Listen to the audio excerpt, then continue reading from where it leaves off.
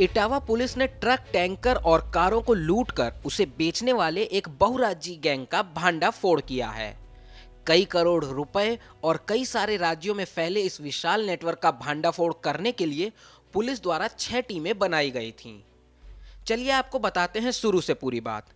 दरअसल पुलिस को सूचना मिली कि कुछ लोगों द्वारा चोरी की गाड़ियों को बेचा जा रहा है। इसकी छानबीन के बाद 5 नवंबर को इटावा पुलिस ने 12 ट्रैक्टर और दस्तावेजों सहित 3 अभियुक्तों को गिरफ्तार किया। आरोपियों से पूछताछ के बाद वरिष्ठ पुलिस अधीक्षक इटावा श्री आकाश तोमर द्वारा एक विस्तृत जांच कराई गई।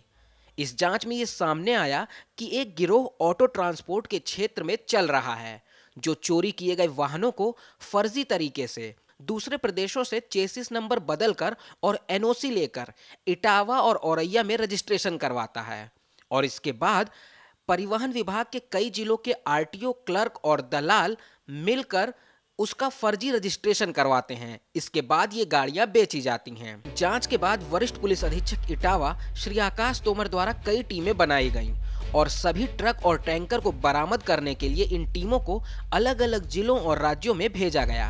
कार्यवाही करते हुए इन सभी टीमों ने अलग अलग राज्यों से तकरीबन 35 ट्रक, टैंकर और अन्य वाहनों को अब तक बरामद कर लिया है। अभियुक्तों से पूछताछ में मनोज कुमार सिंह आरटीओ औरैया और क्लर्क और तत्कालीन एआरटीओ इटावा, इसके साथ ही आरटीओ कार्यालय के कई कर्मचारियों और दलालों की संलिप्तता सामने आई है। वैसे ये वीडियो देखकर आपको अंदाजा हो गया होगा कि ये गैंग कितना बड़ा है।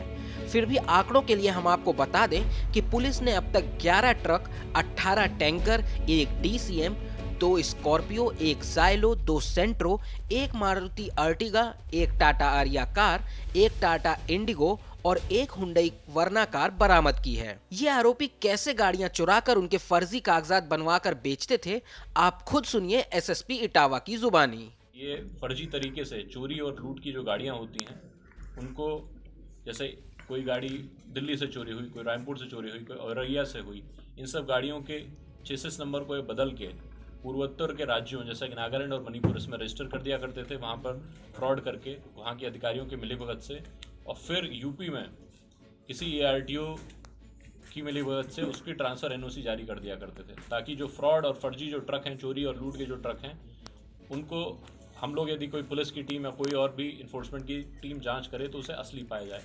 तो ऐसे गैंग का खुलासा हम लोगों ने किया है। इसमें कई और लोग सामने आ रहे हैं, उनकी भी गिरफ्तारी शीघ्र हमारे द्वारा की जाएगी। और यह जो कार्य है बहुत अच्छा कार्य किया गया है। इसमें इटावा में जितने भी दलाल सक्रिय थे पूर्व में, उनकी हम लोगों ने पूर्व में ही गिरफ्तारी कर ली है। एक और ट्रैक्टर फ्रॉड का नेटवर्क था, उसको हम लोगों ने गिरफ्तार किया था। इसके अतिरिक्त भी जो भी चीज़ इस इन्वेस्टिगेशन में सामने आएगी, धीरे धीरे परतें इसकी खुलती जाएंगी, आपके सामने इसको रख दिया जाएगा। और भी इसमें काफ़ी लोगों की गिरफ्तारी होनी शेष है। क्या नागालैंड की गाड़ियाँ यहाँ रजिस्टर करते थे वो लोग?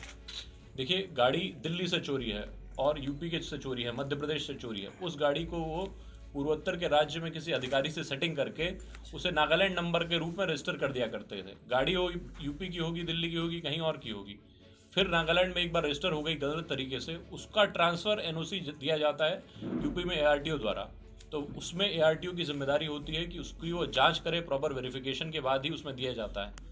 और हम लोगों ने क्योंकि तुरंत ही उसको वेरीफाई कर लिया कि ये वो गाड़ी टाटा के द्वारा, अशोक लीलैंड के द्वारा, महिंद्रा के द्वारा बनाई ही नहीं गई है तथा इंजन चेसिस नंबर सब फर्जी हैं, उनका एक दिन के अंदर ही सभी गाड़ियों का इन लोगों ने ट्रांसफ़र एनओसी कुछ एआरटीओ द्वारा जारी कर दिया गया है। उसमें वो लोग भी प्रिवेंशन ऑफ करप्शन एक्ट 1988 के तहत प्रथम दृष्टया दोषी पाए जा रहे हैं, उनकी भी गिरफ्तारी हमारे द्वारा की जाएगी। नॉर्थ ईस्ट के स्टेट के अधिकारी भी आपके रडार पे हैं, उनके खिलाफ भी कुछ इसमें ज़रूरत है। हमारी टीम जो है अन्य राज्यों की टीम से संपर्क करेगी और उसमें जो कुछ भी एविडेंसेस सामने आते हैं उस एविडेंस के आधार पर हम लोग कार्रवाई करेंगे। यहाँ के कितने जनपद के आरटीओ आपके रडार पर, उन पे शक के दायरे में यहाँ जिन पे काम चल रहा है? देखिए, मिनिमम 3 एआरटीओज़ हैं जिनका हम लोगों को रोल काफ़ी हद तक मिला है, और उसमें कुछ कर्मचारी भी हैं, कुछ एआरटीओ के दलाल हैं और कुछ लोग हैं जो इसी गैंग के सरगना हैं जो फ्रॉड का काम करते हैं। इन सब लोगों का रोल आया है।